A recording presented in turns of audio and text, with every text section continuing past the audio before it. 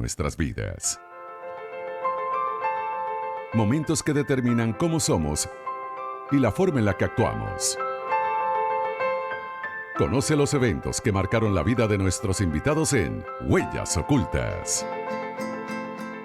Bueno, hoy hice que madrugara, ella siempre madruga, pero no para venir al programa de radio, ¿no? Inés Quintero, historiadora venezolana, individuo de número de la Academia Nacional de la Historia. Buenos días y bienvenida, Inés, qué gusto tenerte aquí en el programa para esta sección tan bonita. No, buenos días, sí, no, yo soy madrugadora Sí, y tempranera, sí. pero para escribir y hacer oficio en mi casa. Claro, no para venir al programa de radio. Pero bueno, hoy vamos a compartir tus huellas ocultas en esta sección tan bonita donde podemos conocer un poco más de las personas que pasan por aquí. Acá me pones una de las primeras huellas es los viajes en familia de la infancia, la costumbre de viajar, de recorrer Venezuela en familia durante tu niñez. Hablemos de esa huella. Mira, eso es una belleza, sobre todo porque era una práctica cotidiana. Nosotros todas las vacaciones nos íbamos los 7, nosotros somos 5 hermanos, mi papá y mi mamá, los 7. Claro, la primera cosa era pelear por la fulana punta, o sea, no se discutía la punta delante, sino las otras dos, imagínense ustedes, las ventanas entre 5. Pero la otra cosa también tiene que ver con la importancia que mi papá y mi mamá siempre le otorgaron a que conociéramos el país.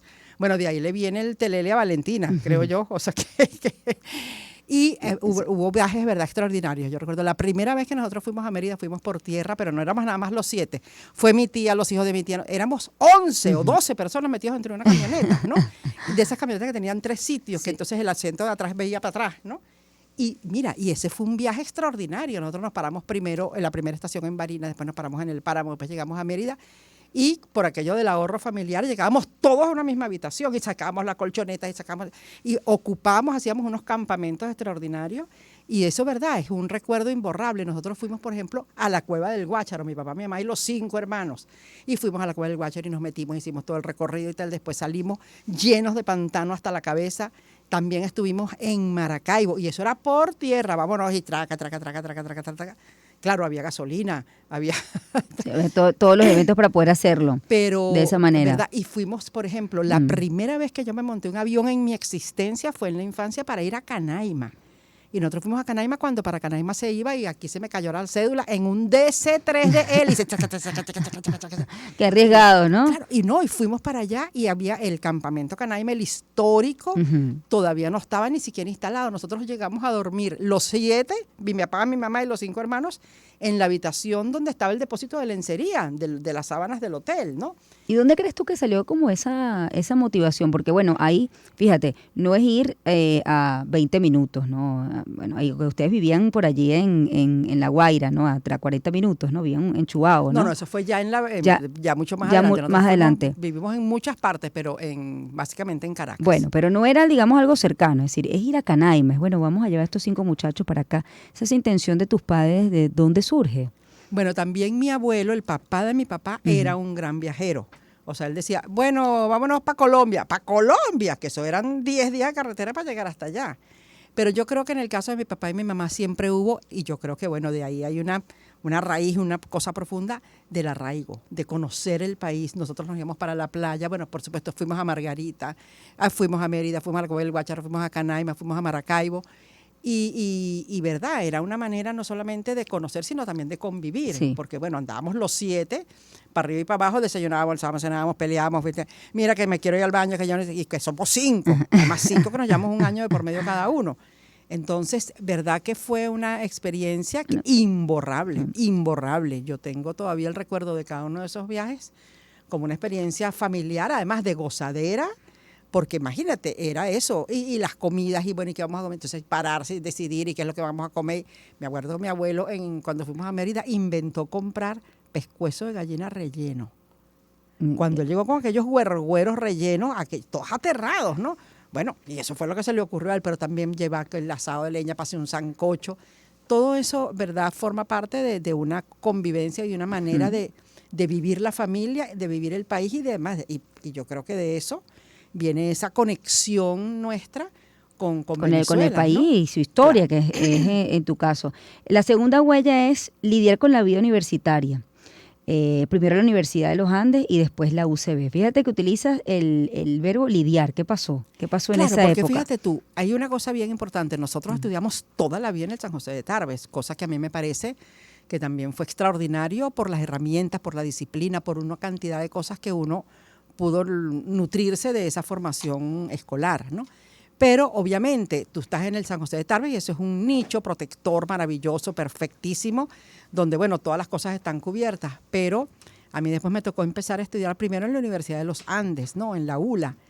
Y ¿verdad? Otro mundo, o sea, nada que ver. O sea, el universo de lo que significa la dinámica universitaria, el contacto personal, las experiencias, bueno, también la vida política, o sea, poder conocer lo que eran las entrañas de la universidad y sobre todo en la ULA, en Mérida, que es una ciudad universitaria con una vida y una dinámica y una experiencia extraordinaria de lo que significa, bueno, ahí uno salía a marchar un día sí y otro también, ¿no? Y entonces, claro, te conectaste con otra manera de vivir la experiencia formativa, ¿no? Porque una cosa es la formación básica, fundamental de lo que significaba la primaria y el bachillerato, y otra cosa era ya la formación universitaria. Y también que yo llegué a Mérida y no tenía idea que iba a estudiar. O sea, yo decía, bueno, yo estoy aquí y tengo que estudiar. Entonces, claro, yo empecé a descartar. Yo no estudié ingeniería, medicina ni loca, arquitectura no. Entonces, yo sabía lo que no quería estudiar, hasta que finalmente me quedó la Facultad de Humanidades y dije, bueno, en Humanidades me queda o letras, o historia o educación. Educación era de tarde, ya no voy para el colegio en la tarde, para la universidad en la tarde. Así que me quedo con historia y yo entro a la escuela de historia y digo, esto es lo que yo quiero hacer el resto de mi vida, ¿no? Pero claro, yo ingreso a la ULA y después me toca venirme a Caracas y vengo a la central. Claro, es otro universo. ¿Por qué tuviste que pasar de una u otra? Porque, bueno, porque ya no íbamos a vivir más en Mérida. Ah. Y entonces decidí, bueno, mira, ya que hice el traslado, ya yo tenía 2 semestres aprobados en la ULA, entonces, bueno, me tocó hacer el traslado para Venezuela, para Caracas. Y verdad que la vida universitaria en la central era otro mundo. Bueno, yo no tenía idea dónde quedaba nada. Yo llegaba que la Facultad de Humanidades, dónde está farmacia, dónde está la biblioteca, todo lo que significa eso, la vida universitaria en una universidad como la Central o como la Universidad de los Andes, el contacto humano, ¿no? Y también eso, la experiencia política, la experiencia formativa, todo lo que representa eso, irte construyendo como profesional, ¿no? Entonces, y tú piensas que vivieron en muchos lugares. ¿Por qué estuvieron nómadas por Venezuela? ¿Cuál era no tanto por Venezuela, sino por Caracas. O sea, mi papá, o sea, yo, por ejemplo, cuando nací vivíamos en Mari Pérez, después nos mudamos para Las Palmas.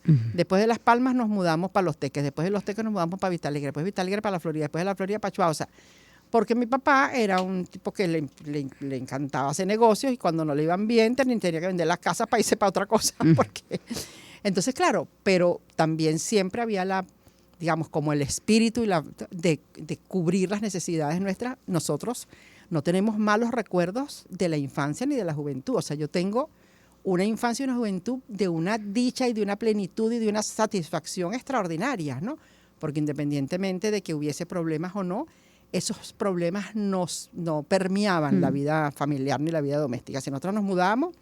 ¿No sentiste nunca como la incertidumbre de esa inestabilidad económica? Eso nunca se nos hizo sentir. Fíjate tú que cuando nosotros nos mudamos de Mérida, de Los Teques a Caracas, nosotros veníamos para Caracas en el carro con mi mamá y mi papá venía para Los Teques en su carro. Y nos cruzamos en la carretera. No, mira, que nos estamos mudando, que nos mudamos mañana. Devuélvete, que nos vamos a mudar. Y entonces, a mudarse, a devolverse porque nos íbamos a mudar. Recojan sus corotos, metan sus cosas en la maleta, que nos vamos para Caracas otra vez, ¿no? Pero eso, yo creo que también mi papá y mi mamá nos hicieron sentir que eso tenía que ver eso con la conexión familiar, con la solidaridad, con el hecho de que, bueno, si la familia te necesita, si estamos juntos, siempre es posible, ¿no? Y, ¿verdad? Eso fue una manera de convivir que jamás nos hizo sentir que estábamos en condición, eso, ni vulnerable, ni fragilidad, sino, mira, esto es lo que es y para adelante, o sea, y compartíamos el cuarto las 3. O sea, nosotros tuvimos cuarto las 3 hermanas, toda la vida compartimos el mismo cuarto. Y entonces cuando finalmente nos mudamos a Chihuahua, que Valentina y yo compartíamos un mismo cuarto y mi hermana, que era la mayor, entonces tenía cuarto para ella sola, ¿no?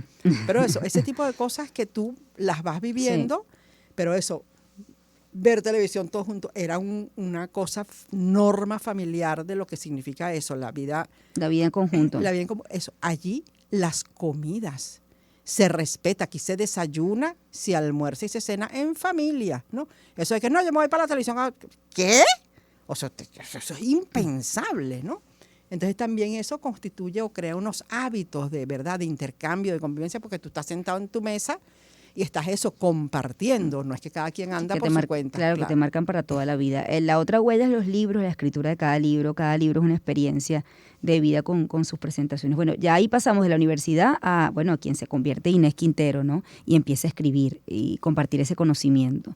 Y eso, fíjate que yo puedo pensar que tus libros han dejado huella en otros, ¿no? Porque, bueno, has hablado de otros, pero tiene que ver con la historia del país. Pero me dices aquí, no, también han dejado huella en mí. Sí, claro, porque fíjate, cuando tú te metes a escribir un libro, eso es un proceso de inmersión, ¿no? O sea, a mí siempre me llama mucho la atención porque el libro, la escritura de un libro es un proceso profundamente individual, Sí. o sea, en el sentido de concentración, o sea, siempre tienes un equipo, siempre tienes quien te apoya, siempre tienes que recurrir a otras personas, pero en el fondo, en el momento en que tú te sientas a escribir, eso no es conversando y hablando, no, eso es sentada en conexión con tu tema, con tu personaje, con tu libro. Entonces, claro, es muy demandante, pero además muy inspirador, ¿no? Porque cuando tú estás escribiendo un libro, tienes el libro en la cabeza. Entonces tú te levantas, desayunas, cenas, comes, sales, vas al mercado y tienes el libro allí. Entonces, claro, es una conexión con el personaje, con lo que tú estás trabajando. Yo recuerdo cuando yo estaba trabajando, cuando hice uno de mis primeros libros que fue sobre Antonio José de Sucre, yo soñaba con Antonio José de Sucre. Yo me levantaba Sucre, porque de verdad, tú no es una cosa que tú haces como por horario, ¿no? Sino que tú te sumerges en el libro. Bueno, con María Antonia, yo estaba trabajando María Antonia Bolívar y recuerdo que tenía un almuerzo con unas amigas y ese día me había encontrado el hallazgo de que la mujer había tenido unos hijos adulterinos, que no sé qué, era un desastre, que le había montado cacho al marido. Entonces yo llegué al almuerzo con mis amigas del colegio. Niñitas, les tengo un chisme que se van a morir, muéranse que María Antonia Bolívar, por favor, y todas. O sea, como que un chisme de hace 200 años. O sea, ¿qué clase de chisme es ese? ¿No? Todo el mundo pensaba, no, imagínate tú que se está divorciando. Sí. Para mí, eso, la vivencia de estos personajes, además que cuando uno está escribiendo un libro, en la medida que puedes, visitas los lugares en los cuales las cosas pudieron haber ocurrido, entonces te vas eso, conectando y o sea, te sumerges en el personaje y en la época. Pero fíjate, en este proceso que justamente estás hablando de María Antonia Bolívar, ¿no? Creo que tú en tus libros viste, es decir, está la historia allí, ¿no? Pero creo que pusiste la mirada en personajes en el que no todo el mundo, digamos, tiene la curiosidad o no se preguntaron qué pasó con ellas. ¿Cómo se dio ese proceso? ¿Cómo llegó a ti, digamos, decir, oye, mira, de esto no se ha escrito? ¿Por qué no hablamos, por ejemplo, de las mujeres y su participación en independencia, ¿no? Sí, eso sale de una inquietud, digamos, particular. En tu estudio empiezas a ver bueno, que en la historia hay muchos hombres protagonistas, pero pocas mujeres. Sí, fíjate, pasa también que cuando uno está metido a esto, por supuesto, tú estás todo el tiempo en contacto con lo que se ha escrito, ¿no? O sea, porque parte del tema es que tú estás leyendo y estás investigando, pero dices, oye, pero aquí hay unos huecos, o sea, aquí hay unos vacíos. A mí me pasó, por ejemplo, con el caso de María Antonia y las mujeres en general, que uno se mete en los archivos, por ejemplo, de Páez, de Bolívar, de Sucre, y te das cuenta que las mujeres están allí, pero no están en los libros. Entonces tú dices, ¿cómo así? O sea, hay cantidad de correspondencia, de materiales, de demandas, de exigencias, de planteamientos que surgen del universo femenino que al final se quedan en los archivos y no pasan a la historia.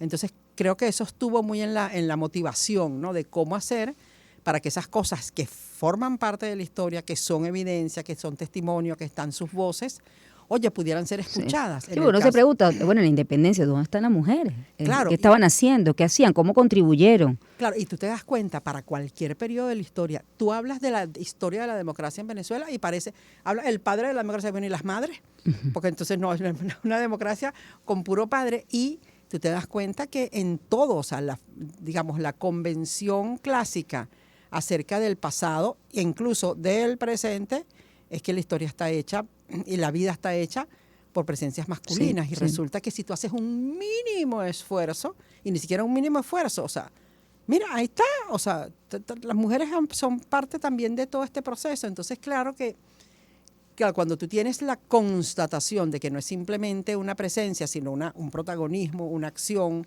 Mira, cuando yo me encontré las cartas de María Antonia Bolívar en el archivo del Libertador, yo no podía entender que esas cartas nadie las hubiera determinado.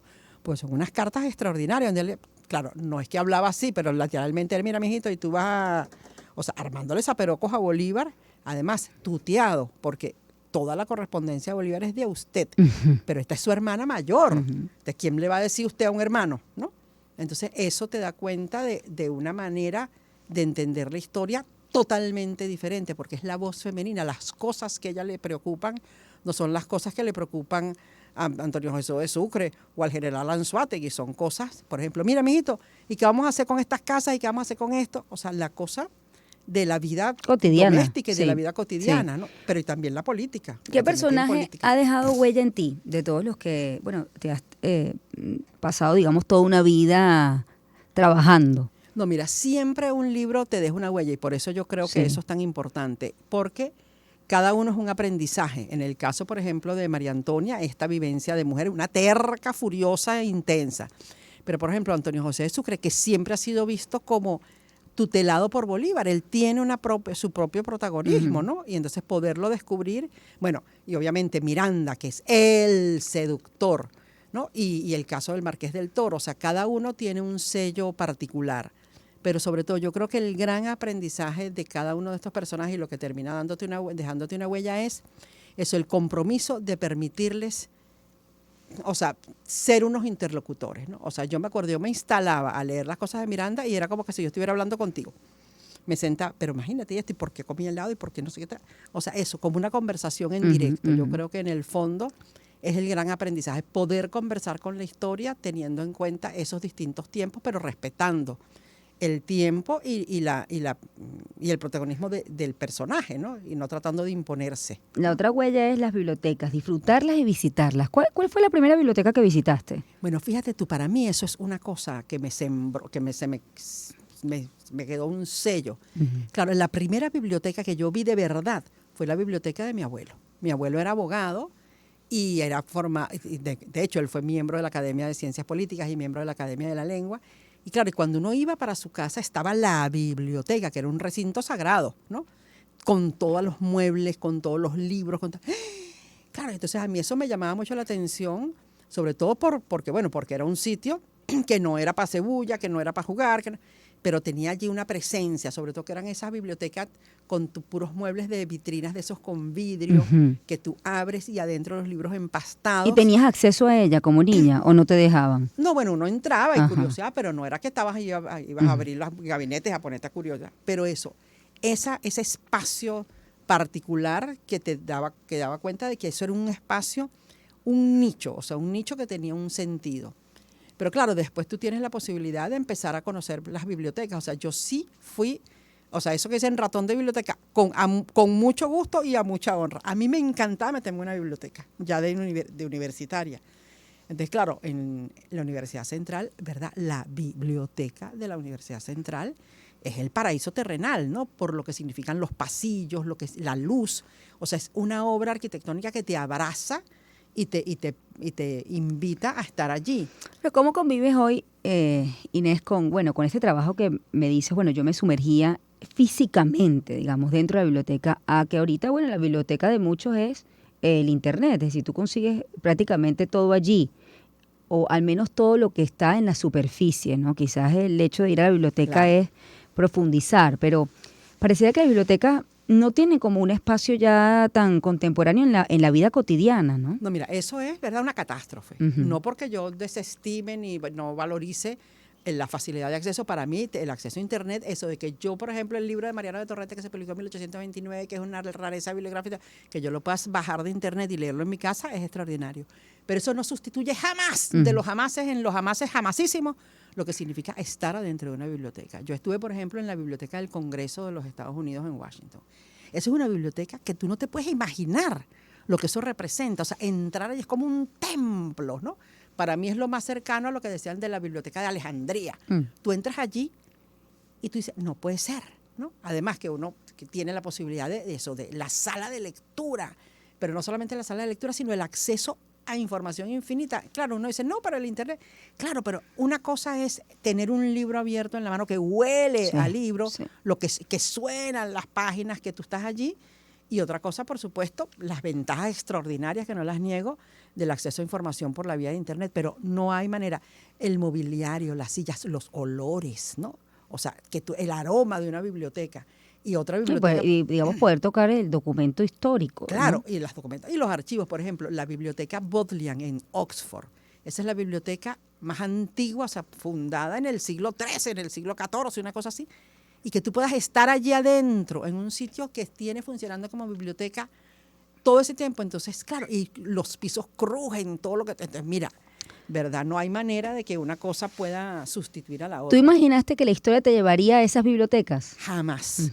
Mira, cuando yo llegué a Oxford, porque eso fue una beca que yo me gané para estar en Oxford, y yo llegué allí y vi la biblioteca y me vi a mí y yo entrando, a mí se me salieron las lágrimas de la emoción de saber que producto de, bueno, del estudio, de que a mí es la pasión por la historia, yo hubiese tenido esa extraordinaria oportunidad de visitar una biblioteca como esa, ¿no? Y de estar allí y de vivir allí en una ciudad donde los hitos turísticos fueron, aquí estuvo Halley, el que vio el cometa Halley, aquí estuvo Gay-Lussac, el que hacía los experimentos, aquí estuvo, bueno, ahí estuvo Lewis Carroll escribiendo Alicia en el País de las Maravillas.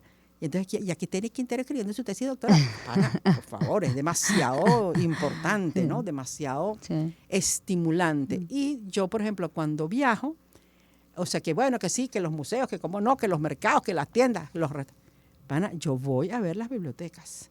O sea, por ejemplo, en México hay una biblioteca que es una biblioteca pública que es una cosa que tú no te puedes imaginar. Entonces yo invito, piensen en eso, pero cuando vayan por ahí paseando, vayan a ver bibliotecas. En Bogotá hay una biblioteca que es la biblioteca, pero que son unas bibliotecas que tú entras y tú no puedes creer, porque eso son los templos del saber, El saber, ¿no? sí, del conocimiento. La última huella es el momento en el que entraste a la Academia Nacional de la Historia. Y tiene que ver un poco con lo que me dijiste ahorita. Yo nunca imaginé que la historia me iba a permitir llegar, digamos, a estos lugares, ¿no? Creo que hay algo ahí muy bonito que, y lo decía justo esta mañana, bueno, el estudio es la mejor forma de progreso, ¿no?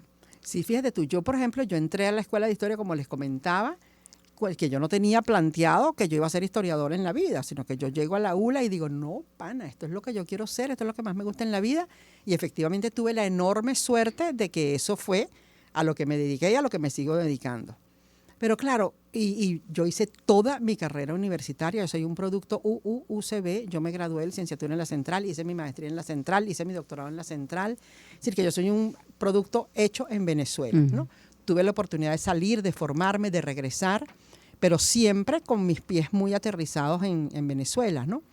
Y claro, cuando se dio la oportunidad de que a mí me incorporaran a la Academia Nacional de la Historia, para mí era impensable, ¿no? O sea, que tú pudieses, o sea, tener ese reconocimiento, sobre todo porque yo había conocido el Palacio de las Academias porque mi abuelo había sido académico. Entonces, claro, yo tenía noción de lo que eso significa, ¿no? O sea, eso también, el Palacio de las Academias, aparte que es un sitio extraordinario como lugar, bueno, es supuestamente como la trayectoria que te lleva al reconocimiento de, bueno, mira, tú calificas, pues tú estás metida en el ranking de las grandes ligas en tu tema, ¿no? Y claro, también para mí fue una manera de entender, de reconocer lo que había significado los cambios en la producción de conocimiento de la historia en nuestro país, ¿no? Que era, de alguna forma, aceptar que había nuevas maneras de hacer historia y en alguna forma esa aceptación se expresó en esa incorporación, o sea, que me incorporasen a mí, pero claro, era la tercera mujer que en la historia de la academia ingresaba, ¿no? Y también la mujer más joven en la Academia Nacional de la Historia. Entonces, claro, todo eso fue muy, muy estimulante, pero además, obviamente, eso fue un evento familiar, ¿no? O sea, ahí estaba mi papá, mi mamá, mis hermanos, y nosotros alquilamos un autobusete para irnos para la academia, porque, bueno, no íbamos a hacer... Y después, eso, a armar todo lo que significaba eso, en código celebratorio, porque no era una celebración individual, o sea, no era una cosa que yo sentía, ay, bueno, mira, me están reconociendo. No, eso era también el reconocimiento a mis padres, a mi papá, a mi mamá, a todo lo que habían sido las oportunidades que tú has tenido en la vida para poder lograr construir una carrera, eso, y a la universidad, o sea, todo lo que al final contribuyó a que tú estuvieses allí, las monjitas del San José de Tarbes, o sea, todo, porque es una suma de experiencias. ¿Cuál crees tú, a propósito de esta última huella, que ha sido la huella que tú, con el conocimiento que has plasmado en tus libros y en tus investigaciones, le has dejado a Venezuela? Fíjate, para mí, ¿verdad, Shirley? Que una de las cosas que a mí más me conmueve es poder haberle llegado a los jóvenes, ¿no? Porque, verdad, o sea, uno hace todo esto por vocación, por pasión, por interés, porque yo no sé hacer otra cosa distinta. Pero cuando yo veo a un chamo que ha logrado conectarse con la historia a través de un texto mío, para mí la tarea se hizo, ¿no? O sea, porque, por supuesto, despertar interés en un adulto también es muy reconfortante, pero cuando a mí se me acerca un muchacho de colegio o un muchacho estudiante universitario, mire, profesora, leí su libro, mire, profesora, que yo estaba, para mí eso es, o sea, el premio máximo, ¿no? Porque al final todo esto tiene una función didáctica, o sea, realmente no, o sea, la historia para mí lo que tiene es un sentido de que la gente sienta que le pertenece la historia, ¿no? Y por eso el Instagram, esa página de Instagram que yo tengo, que es solamente contenido histórico, ¿no? Pero es eso, como ya yo no estoy dando clases cotidianamente, para mí es mi aulita de clase. O sea, yo tengo mi aulita de clase en Instagram y entonces, bueno, por allí yo voy ofreciendo contenidos de forma tal que la gente tenga la oportunidad de acercarse a la historia. Claro, entonces si hay una cosa que yo siento que ha tenido algún efecto o tiene algún sentido es eso, que la gente sienta que la historia le pertenece, que le es cercana, ¿no? Sí. Y creo que esa es la gran... Pero yo agregaría uno, es darle visibilidad a la mujer venezolana en su historia, ¿no? Creo que eso ha sido fundamental. Absolutamente. Fíjate, yo realmente me comencé a conectar con digamos, los roles de la mujer en la independencia a raíz de tus publicaciones. Sí, antes realmente no, como tú dices, no es una historia contada por hombres, ¿no? Más allá de que esto sea un tema actual, la posibilidad de pensar de que, oye, ¿qué estaban haciendo las mujeres en ese momento? No, que totalmente. No estaba allí, ¿no? Y bueno, creo que aprovecho para agradecerte esa forma mía y de mucha gente que nos está escuchando de acercarnos a la historia desde otra perspectiva, quizás un poco más femenina. Te agradezco mucho, Inés. Me ha encantado compartir con la gente y contigo las huellas que han marcado tu vida. No, muchísimas gracias. Okay. Además, verdad, yo les digo, bueno, la historia... Vean, escuchen, vean con mi cuña, Inés Quintero M, Instagram, vean por ahí la historia en su sitio, pero sobre todo dense la oportunidad de acercarse a la historia, de apropiarse y de disfrutarla, porque la historia es eso, una manera de disfrutar el arraigo que tenemos con nuestro país. Yo siempre digo a mis hijos, cuando les cuento la historia, les digo, pero emociones, eso es emocionante, porque hay que contagiarla, ¿no? Que creo que también parte del reto educativo es ese. Bueno, no habla de clase, los libros, no, pero vamos a contarla con emoción, ¿no? Totalmente. Entonces, bueno, vivirla. Sí, así es. Bueno, te mando un abrazo, Inés, gracias por habernos acompañado. Inés Quintero M, 7:56, hacemos una pausa, ya volvemos.